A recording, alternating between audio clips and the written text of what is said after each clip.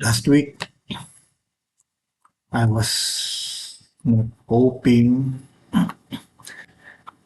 na the outcome I was holding in option position in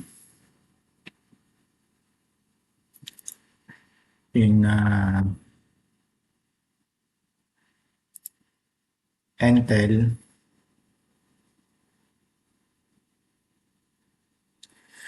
tsaka Robinhood.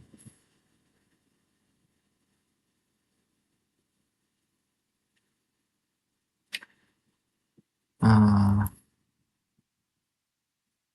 yeah, Applied Digital tsaka yung may isa pa ako yung IONQ. Yan, bagsak yung Applied Digital. Tsaka yung IONQ. Ito, yan.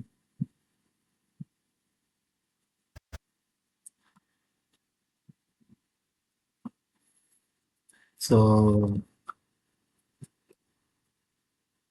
hindi ako nakapag-produce ng profit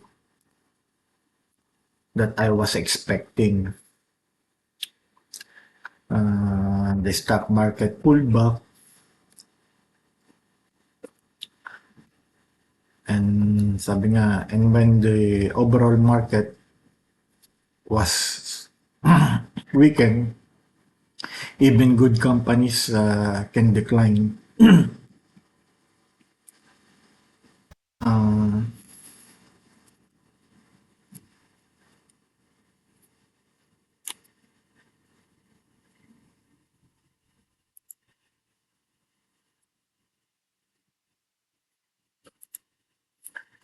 kasi nagkakaroon ng investor sentiment change. Kaya many traders took profits and concerned about the economy kasi baka magkaroon ng kasi minsan hindi natin ma-predict ang ekonomiya eh. Kung nagbabago ang interest rates,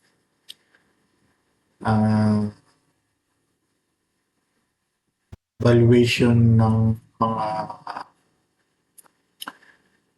selling, nagkakaroon ng valuation concern about the selling pressure across the market. Since ang option are nagiging highly sensitive sa price movement, kaya even a small move against my position was enough to reduce their value. Kaya it was very disappointing. Ayun nga, yung part ng trading, every loss is an opportunity na matuto tayo. Mag-improve tayo. Instead of focusing only on the money I didn't make, kasi nga, yun nga, hindi tayo nakagawa ng pera. Kung magpo-focus tayo doon, lalo tayong magkakaroon ng apektuhan tayo emotionally. Kaya, kaya dapat sa pagti-trading, dapat kaya natin i-hold yung emotion. Tapos, i-review natin yung every trade natin na maintindihan natin what could have done differently.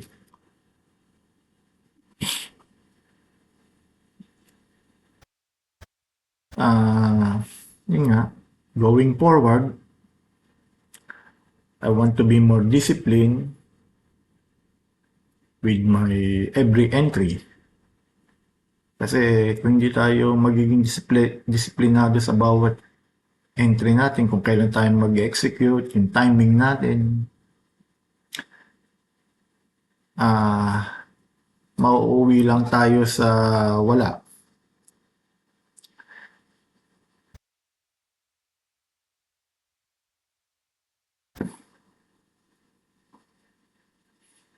Para alam natin kung paano natin i-manage ang risk.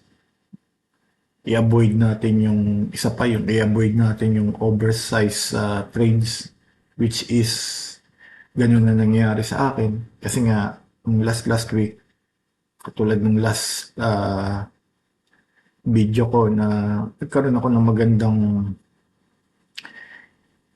income. Yung isa na yun, yung sa Abgo or yung Micron Union, Broadcom, na nag-earn ako ng malaking profit.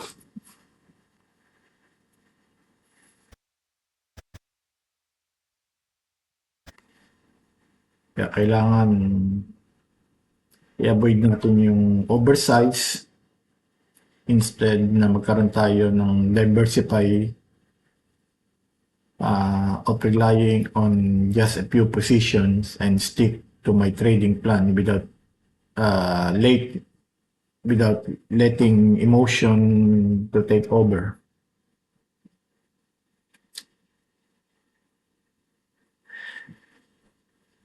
Para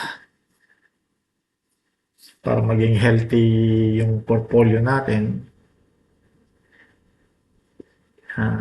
It's not about winning every trade, but it's about protecting capital din kasi kung hindi mauubos yung capital natin. Kung paano mag-manage ng risk and staying consistent over the long run. Siyempre, isipin natin para maging, yun nga, over the long run na magtuloy-tuloy tayo, di ba?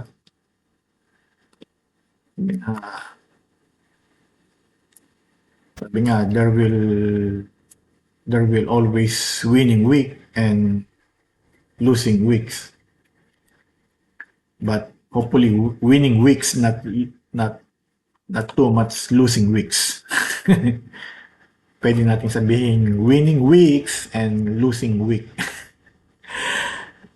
Kaya dapat ang goal natin is keep learning, stay patient, and become a better trader para madagdagan yung experience natin.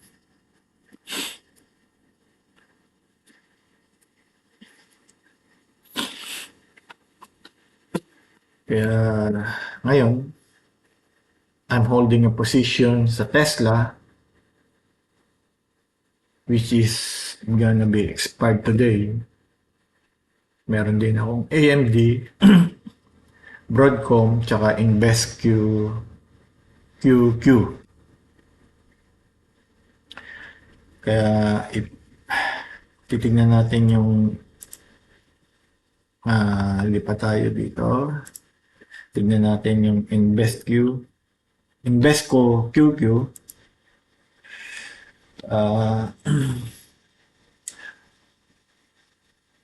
Hopefully maging maganda yung market niya ngayon. At yung AMD, tingnan ng AMD. Teka, tingnan natin yung AMD. Ito.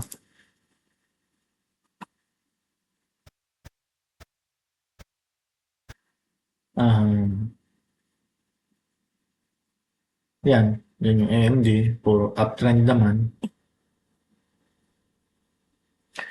Pero kung gagawa ka ng box dito, titignan natin kung anong mangyayari sa one day time frame kung gagawa ka ng box dito or magde-depend ka dun sa last week. Ito, resistance tsaka yung support. Titignan natin kung anong mangyayari dito. this coming days. Tsaka kung sa ayun yung AMD ko yung Broadcom, yung ABGO,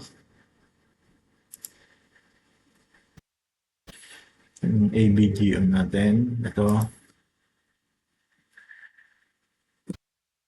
medyo mahina. Ayun, okay. Lumabas na yung RSI. Kasi medyo mabagal ang internet natin ngayon. Monday eh. Maraming gumagamit. So, ganun din. May resistance dito.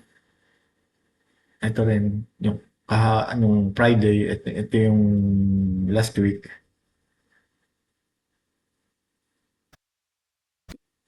Ano pa yung isa ko?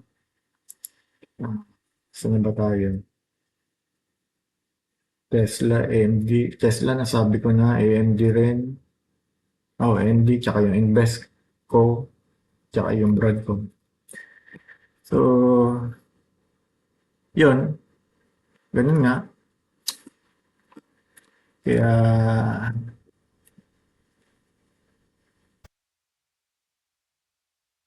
as what I said before na pag-aralan natin na mabuti para on the long run ay mag-trading tayo. Tsaka yung madagdagan yung experience natin. Well, it is what it is. Ganun mo talaga ang pagte-trading.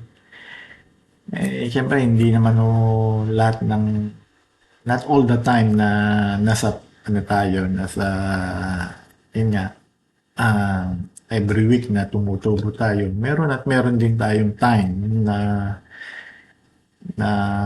hindi natin expect unexpectedly na tayo ay malulugi.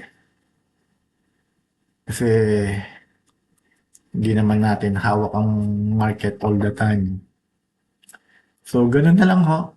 Maraming salamat. Maraming thank you for following my trading journey. Hindi lahat ng sinishare ko sa inyo ay yung kumikita ako. Sinishare ko rin sa inyo kasi I want to be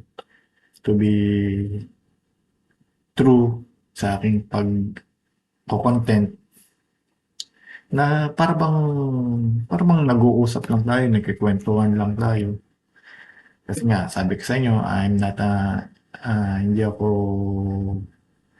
financial advisor, hindi ako expert sa pagte-trading. I was doing this na para magkaroon lang ako ng kasama sa pagte-trading para kung meron kayo napupulot sa akin na idea, gusto ko rin na may mapulot din akong idea sa inyo. So, sabi nga, if you are also learning about stock market, remember to do your own research.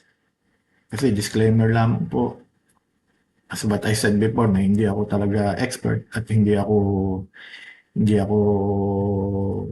financial advisor din. Although na meron akong may tuturo sa inyong konti, but hindi po ganun ka-effective.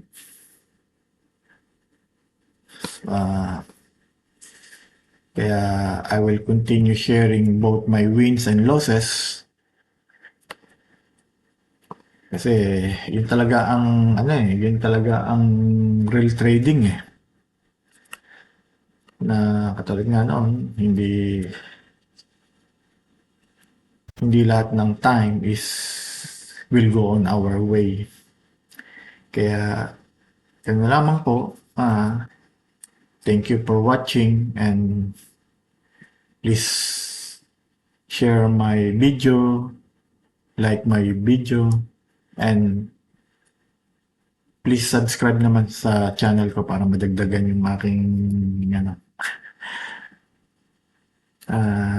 yun nga, kasi gusto ko rin na magkaroon ako ng makakasama sa pag-trade na ito. So hanggang sa muli, salamat po sa inyo, and hopefully this week will be a good, not good, great, para magkaroon tayo ng magandang income. So thank you very much and see you on my next video.